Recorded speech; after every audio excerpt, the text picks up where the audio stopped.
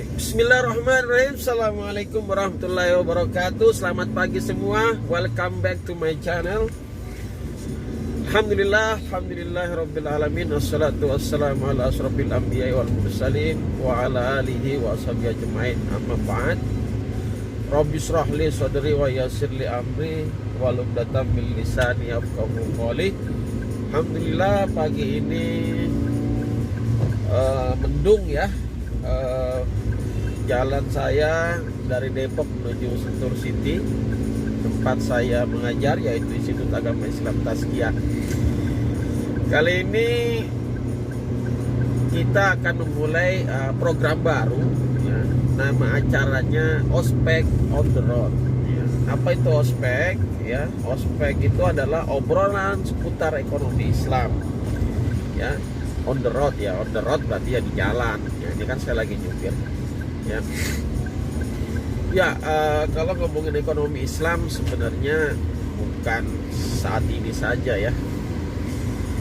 Para ulama kita telah membahasnya ya, ribuan tahun yang lalu ya. Banyak sekali ulama-ulama, tokoh-tokoh fikih, tokoh-tokoh filsafat Islam, tokoh-tokoh kalam ya, tokoh-tokoh sufi itu juga berkontribusi terhadap perkembangan ilmu ekonomi ya, terutama ilmu ekonomi Islam.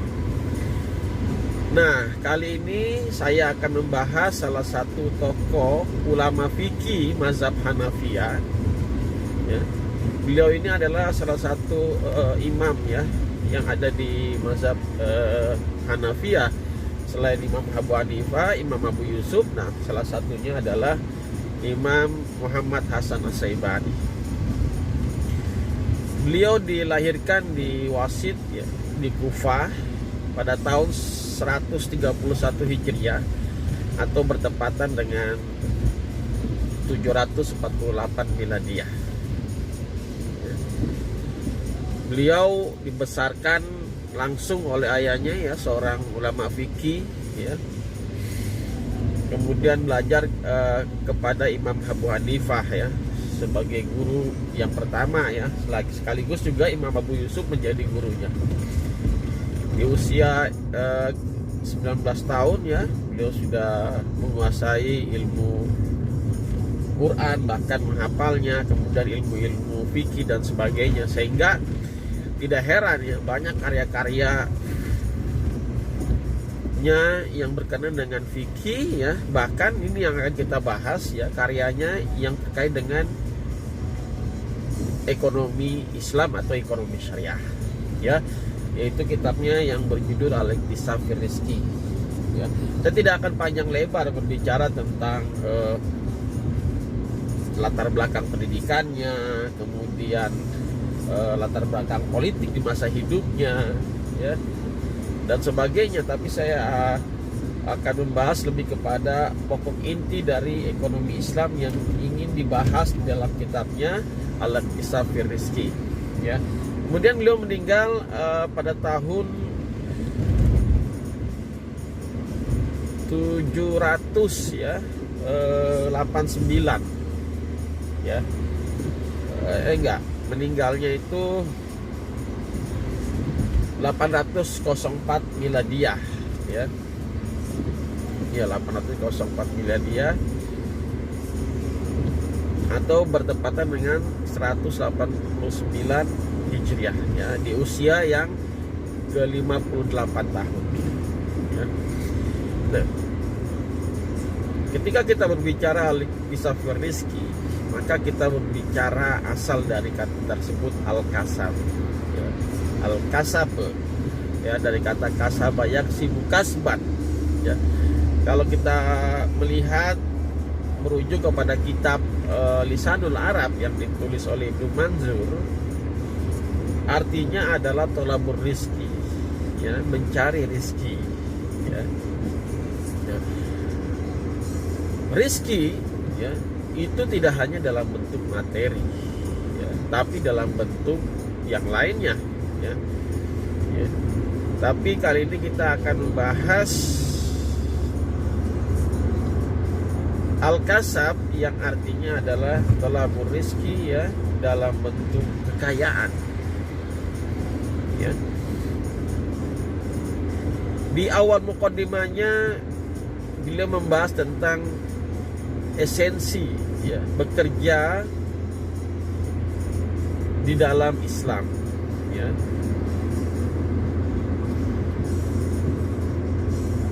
Bahwa bekerja di dalam agama Islam adalah suatu yang wajib, ya. Beliau merujuk kepada suatu hadis, ya. Thalabul kasbi faridatun ala kulli muslimin, ya. Jadi mencari penghidupan, ya, atau bekerja itu adalah kewajiban seorang muslim. Kenapa? Untuk memenuhi kebutuhan dirinya, keluarganya, ya, sanak familinya, kerabatnya, bahkan kebutuhan orang lain.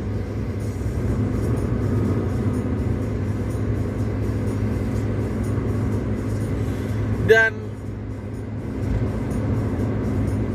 pekerjaan yang wajib ini itu harus dikerjakan dengan usaha sendiri, bukan dengan mengambil atau mencuri, ya, atau menipu, ya, untuk mendapatkan kekayaan yang diusahakan oleh orang lain, ya. Sehingga beliau juga merujuk kepada suatu hadis, ya, ada seseorang sahabat bertanya kepada Rasulullah SAW, "Ya Rasulullah, ayu kasbin atyab?" Wahai Rasulullah, ya, pekerjaan apa yang paling baik? Lalu kata Rasulullah, amalur rojuli, ya, biyadihi, ya, wa kullu bai'in mabrurin, ya. Jadi ada dua tuh. Jadi pekerjaan yang dilakukan oleh seseorang dengan sendirinya, dengan usahanya, dan jual beli yang mendapat ridho dari Allah Subhanahu wa taala, yaitu jual beli yang pastinya tidak bertentangan dengan nilai dan prinsip-prinsip Islam, ya. Jadi dua hal ini yang harus kita pegang, ya. Dan bekerja itu adalah harus diniatkan sebagai ibadah, ya.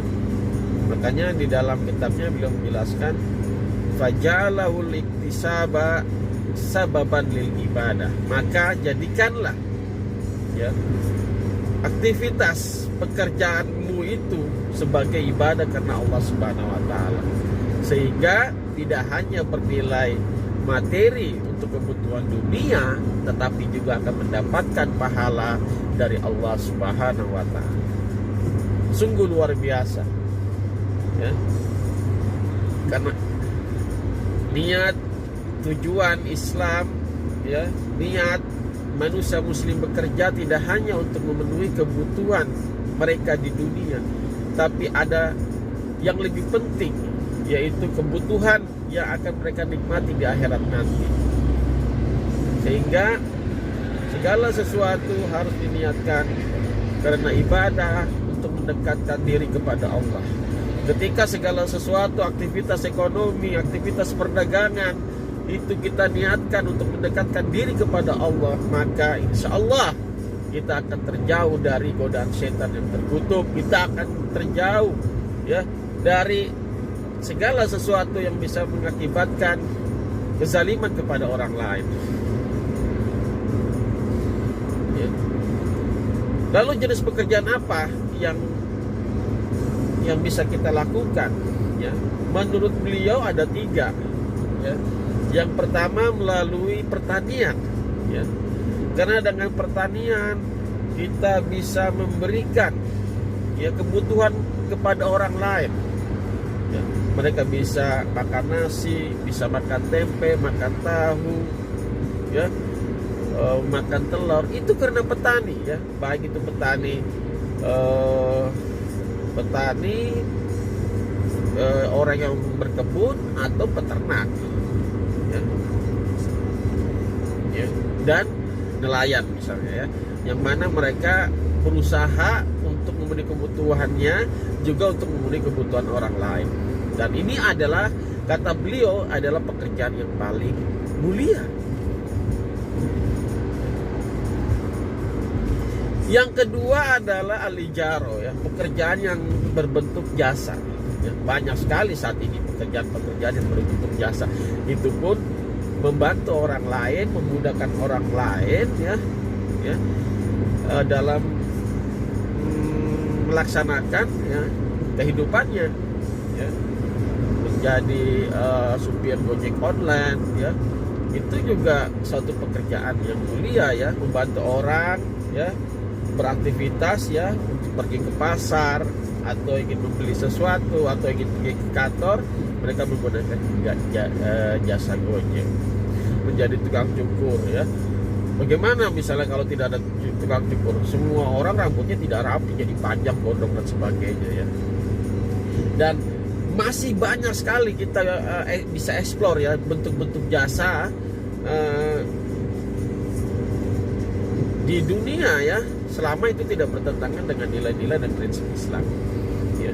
Nah, yang ketiga adalah at-tijarah, perdagangan, ya, berdagang apa saja lah, ya, selama tidak dilarang oleh syariat Islam, ya. Jadi ada tiga, ya, tadi kata Imam Hasan Asy-Syaibani. Yang pertama adalah pertanian, ya. Yang kedua adalah bentuk jasa, yang ketiga adalah perdagangan. Nah, ada satu lagi sebenarnya dia juga membahas adalah as-sinat, ya, produksi, ya. Nah, ini juga produksi ini juga sangat penting, ya. Mungkin kalau tidak ada tukang kayu yang membuat mebel, ya, mungkin di rumah kita tidak ada meja, tidak ada kursi, ya, atau yang membuat komputer, produksi komputer, ya, mungkin zaman sekarang kita masih hidup di zaman purba, ya, dan sebagainya, ya. Jadi itu, ya. Jadi 3 tambah 1. Yang satu ini adalah memproduksi apa-apa yang ada, yang dihasilkan dalam bentuk pertanian, ya, kemudian menjadi suatu barang yang memiliki value added, ya, yang lebih dari bentuk aslinya atau dari bahan mentah yang ada, ya. Lalu ketika kita sudah berbicara ngomongin al-kasab, ya, bagaimana hakikat pekerjaan dalam Islam, kemudian pekerjaan itu harus diniatkan dengan ibadah, ya, pekerjaan itu harus sesuai dengan syariat Islam, dan jenis-jenisnya juga sudah dijelaskan oleh Imam Hasan Asy-Syaibani, gitu, ya. Maka beliau juga membahas tentang al-infaq, ya, mengeluarkan nafkah, ya. Jadi kalau ngomongin al-kasab, pasti dia punya teman, ya, temannya adalah al-infaq atau memberikan nafkah, ya, sebagaimana yang dijelaskan di dalam surat Al-Baqarah 267, ya. A'udzubillahi minasyaitonirrajim. Bismillahirrahmanirrahim. Ya ayyuhalladzina amanu, ya, anfiqu min thayyibati ma kasabtum. Di situ ada kata anfiqu, asal katanya dari nafaqo, ya, yanfiqu, ya, faqan, ya, mimma kasabtum, ya, dari kata kasaba, ya. Jadi kalau ngomongin kasaba, ya, mencari kekayaan dengan bekerja, ya, menjadi petani, menjadi pedagang, menjadi profesor dan sebagainya, tujuannya adalah untuk memenuhi kebutuhan, ya. Memenuhi kebutuhan itu untuk dikeluarkan nafkahnya, ya, nafkah untuk diri sendiri, untuk keluarga, kerabat, atau untuk orang lain, ya. Sehingga infak menurut beliau itu ada 3: infak al-wajibat, infak al-mandubat, dan infak al-mubahat. Yang pertama adalah infak al-wajibat, infak yang wajib, nafkah yang wajib. Setelah kita mendapatkan pendapatan dari apa yang kita usahakan, maka nafkah yang wajib adalah yang pertama untuk memenuhi kebutuhan diri kita sendiri, ya. Karena kalau kita sakit, ya, kita nggak bisa bekerja, maka wajib kita memenuhi kebutuhan diri kita sendiri. Kemudian baru memenuhi kebutuhan keluarga, istri, ya, anak-anak, ya, kemudian kedua orang tua kita. Nah, nafkah yang wajib yang lain yang dijelaskan di dalam kitab Al-Kasab al-iktisab fi rizki, yaitu adalah membayar utang. Ketika kita mempunyai pendapatan berlebih, ya, dan cukup untuk membayar utang, maka tunaikan membayar utang tersebut. Jangan sampai nanti kita masuk dalam kategori hadis, ya, matrul ghaniyu mazlum. Ya, jangan sampai kita masuk dalam kategori itu. Nah, yang kedua adalah al-infaq al-mandubat, ya, nafkah yang sunnah. Nafkah yang sunnah ini yang memberikan sedekah kepada kerabat terdekat, ya, kepada orang lain, ya,